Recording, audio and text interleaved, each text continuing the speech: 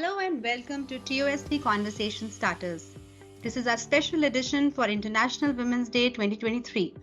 We are speaking to some of the most inspiring female leaders, achievers, and visionaries shedding light on gender equity. And today, we have with us Nirupama Subramaniam, author of the book Powerful, The Indian Woman's Guide to Unlocking Her Full Potential. Through this book and her coaching modules, Nirupama helps women identify and claim their innate power and authority using the wisdom of archetypes. Now, what are these archetypes and how do they tap into what Nirupama refers to as feminine power? Let's find out. Welcome, Nirupama. It's a pleasure to have you here with us. Thank you so much. It's a pleasure to be here. Great. So I'm really intrigued by your work and I have a lot of questions, so I'm jumping right in. Sure. You speak of feminine powers, but where does this idea come from? Can you elaborate on it? Yes.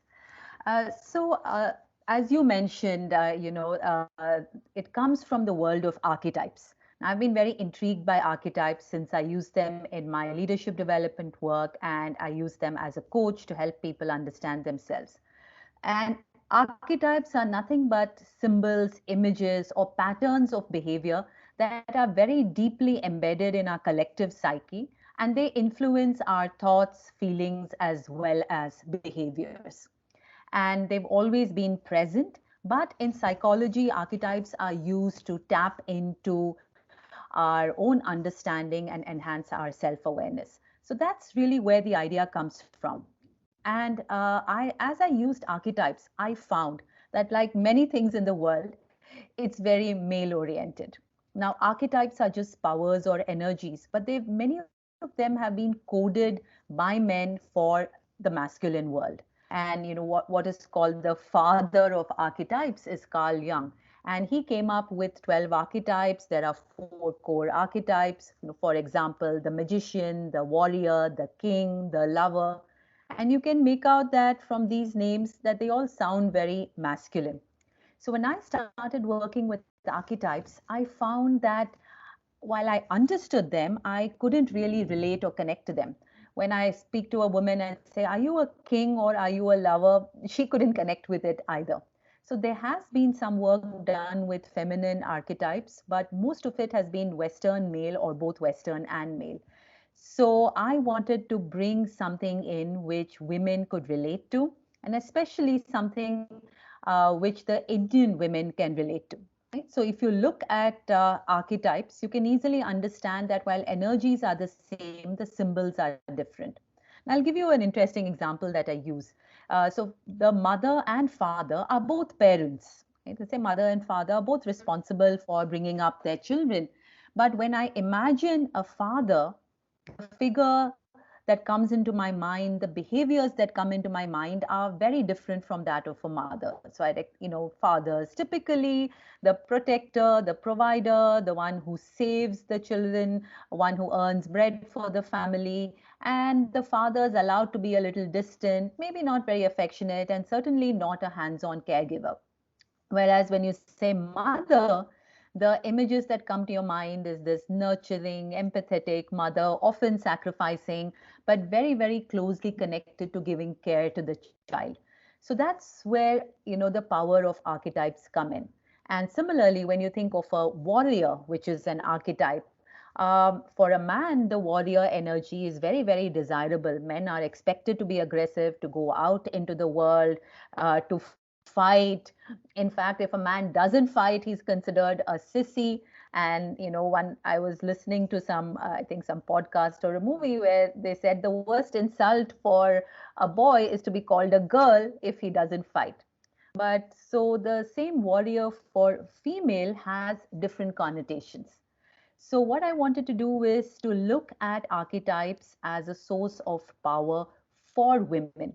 And women have been, traditionally and historically not seen as powerful. We have been deliberately kept from power. So, I think what was exciting for me is to bring archetypes as a source of feminine power, where you can be a woman, you can have some of these qualities and use them as sources of power. So that's where, taking the idea of archetypes to gender, to seeing them as feminine powers. I hope that Wow. makes sense. So this I felt an instant connection with the concept. You're so right about this. So you know in your modules you also talk about the six feminine powers model Yes, and some yes. six archetypes. So would you like to talk about them? Of course.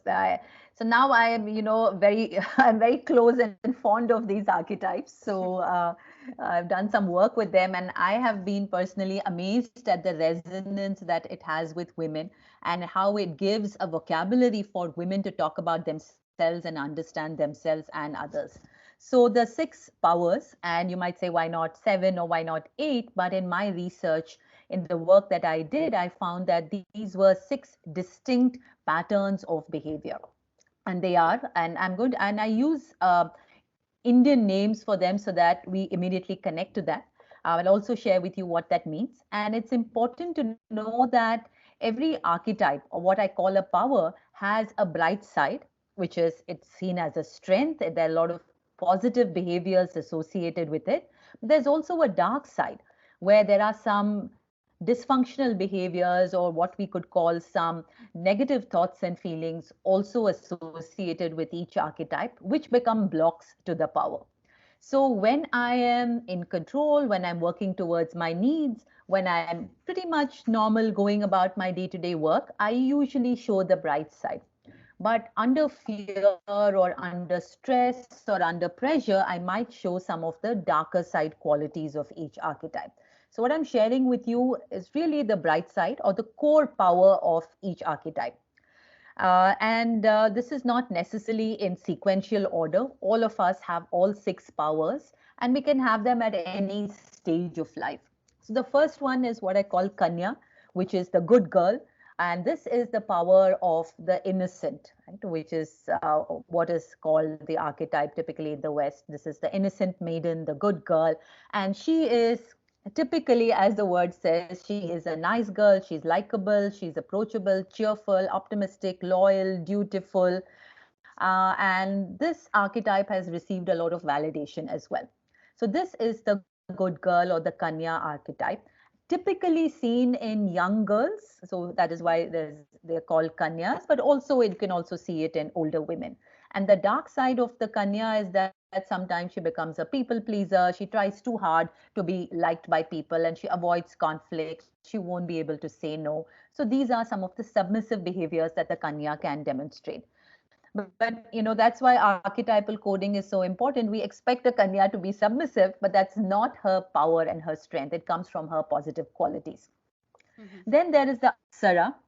And I've been fascinated by the Apsara because in my research, and now about 2,000 women have taken their tests, and I'll speak about that later. We found the Apsara, or what I call the seductive beauty, the influential expressor, is actually pretty low in most women. But this is the power of being charming, being influential, being seductive, completely owning yourself, and the power of free self expression. And then it comes from the Apsaras from Indian mythology, who were celestial dancers, and they were really in a way free birds, right? They were not tied down by family or any one relationship. They could do what they wanted, and they devoted their lives to the pursuit of art. So that's the power of the Apsara. The dark side is she becomes manipulative or uses her powers for unethical ways. And typically, our coding for the Apsara is that it's dangerous, right? And if you remember our mythology, you have these Apsaras who came down from heaven, seduced the saints, and they were seen as dangerous. So that's what we associate with, which is why there's so much shame around the female body. The conditioning is, around covering up, not being seen, not expressing yourself, staying small and safe so that you're not very visible. So many of us don't access the Apsara power. The third power is the Veera power, which is the warrior energy. And this is the power of aggression, of being bold, being determined, standing up for yourself, being courageous, taking risks. And a lot of women have these powers, and they wouldn't have been where they are if they didn't use it. The flip side is it can be seen as bossy or domineering. Right? And there's a lot of interesting research and even Sheryl Sandberg talks about this in her book, about how young girls are called bossy if they demonstrate the Veera power, right? But it's perfectly okay for boys to be brats, but women are really cautioned. And in my book, I talk about a strategy which keeps the 4 strategies that keep women from their power. And that has usually made them more fearful rather than courageous. But the Veera energy is very much present in women. The fourth one is the Rani, what I call the noble queen. And this is the energy of the efficient administrator, somebody who rules over her kingdom. So the Rani is organized, efficient, meticulous, detail oriented, likes peace, harmony, and composure. And typically, women were allowed to be Ranis only in their home. Really, that was your domain, and that's what you could control, but really not show your Rani self outside, unless you happen to be one of those rare queens where you actually had to rule your kingdom. So somebody, like Nahalya Bai Holkar, which is the example I give, was really a very good example of the Rani who ruled well, as different from the warrior princess like a Jhansi ki Rani, right? We typically associate her with the fighting. So that's the Veera energy. Rani energy is the ruling energy. The dark side of the Rani, she becomes fussy, meticulous, perfectionistic. So that's the Rani. Then you have the Ma. Of course, everybody recognizes the mother, the nurturing caregiver who is kind, generous, empathetic, relationship oriented, wants to be needed by people, gets a lot of her power from her connections. And the dark side of the Ma, she can become a smotherer, micromanage, overprotective, martyr, feel resentful. And there is a lot of conditioning around the mother energy, right? So if you know typical mother India, that image still stays with us, this mother who will do everything for her children, who will eat last, who will give up, and we glorify that aspect of the mother. But it is a very powerful generative energy. So that's the Ma power. And then you have the Rishika, who is the wise woman, the knowledgeable woman, the seeker, either a scientific seeker or a spiritual seeker, and typically seen, in girls who are fond of reading, who like to go deeper into things, and have a quest for truth, something larger than myself. That's the Rishika. And the flip side is, of course, the Rishika in her full element becomes quite detached and invulnerable. And again, a lot of conditioning around this energy. Girls' education is an issue. Even as, I mean, recent as 50 years ago, women were not allowed to go for higher education. And even today, education of girls is a big challenge. So we really don't want women to become too knowledgeable and use that as a source of power. And you hear people saying, and I've heard my relatives say, "Oh my God, she's doing her PhD. How is she going to get married when she learns and studies so much?" So these are the 6 powers: the Kanya, Apsara, the Veera, Rani, Ma, and Rishika, and each of them are distinct. They are sources of power, and if we know about them, we could actually use them in our daily life as well. And of course, Great. there's lots more about these in the book Powerful. This is very interesting. So, if I'm interpreting this correctly, we might have a mix of these powers that Mm. we might not be like, one Veera or one Ma character. So, I'm assuming that, at different times in life, different phases in life, we might have a mix of these powers. So, I want to ask that, how can I know if and when I have the right balance of these 6 powers within me? Because what I understand from your narrative is that at different times we should be, one of these, but not always the one. Y- Yeah, absolutely. And that's really how archetypes work. We typically have one or two, which is what I call the core power or the dominant power, right? And this doesn't change significantly unless there's been a huge life change. So in all the work I coach women, and including for myself, I've seen that your core powers are the powers that you exhibit and demonstrate more often than others. So, for example, if my core power is that of a Rishika, and more often than not, by and large, I think, feel, and act like a Rishika. So I'm drawn towards learning and knowledge, and that gives me more excitement and joy than certain other things. So that is what really governs most of my behaviors and actions. Mhm. However, we do have other powers as well. And some of these can be situational powers that I will have access to, and I will bring it out at a particular time, right? So sometimes I will really need to set an audacious goal and pursue it. So I use my Veera power. Sometimes, and if the situation calls for it, I might need to use my Rani power, be very efficient, organized to get things done. I'm starting on a big project. I need to evoke my Rani, but that is not what I identify with. That is not where I usually am. Mhm. And there could also be some powers that I rarely demonstrate.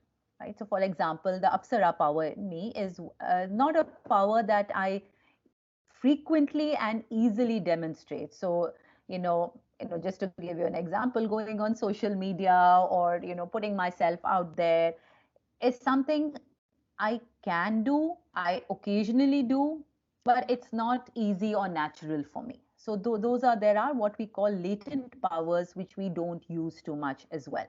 So yes, each one of us has a unique what we call a power profile.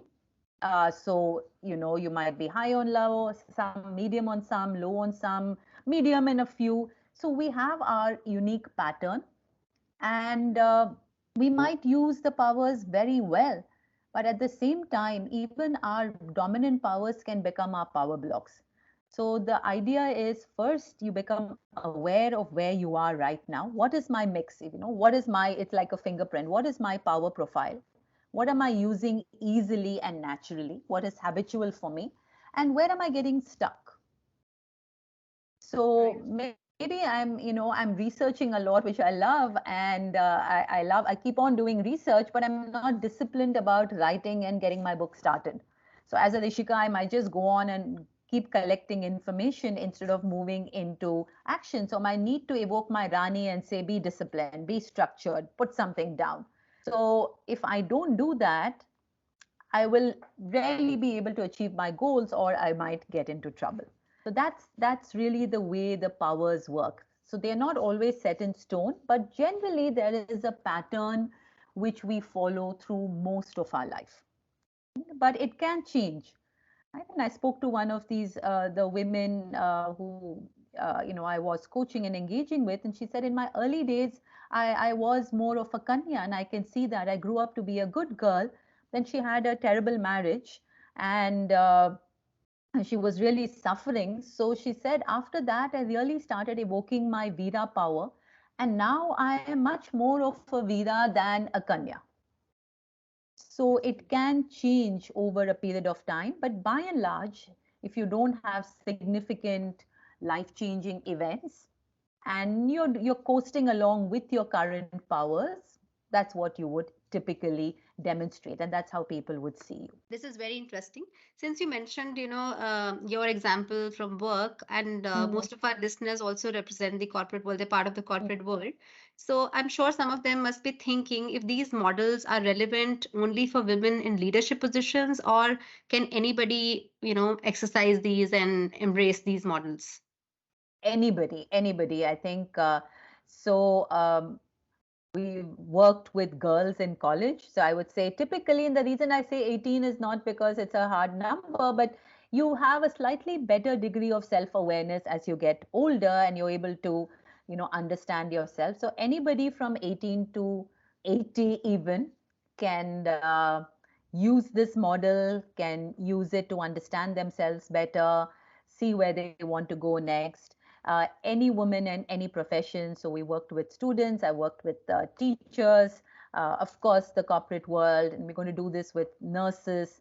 So I also have an assessment tool, which is what I was talking about, and we have two versions of it. One is what we call the personal growth profile, which is generic. Any woman can take it and it will connect to any aspect of life. And then there is a leadership version, which is more for professional women at the workplace. So the profile is the same. The interpretation can be a little different.